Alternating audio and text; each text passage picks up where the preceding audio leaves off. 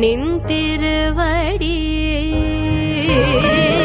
ஒரு நொடி நின் திருவடி நிழலில் நான் நின்றிட கோடி பிறவிகளின் புண்ணியம் வேண்டும் வேங்கடவா வடிவழகா நம்பியே உனையே சரண் புகுந்தே நூறு நொடியும் திருவடி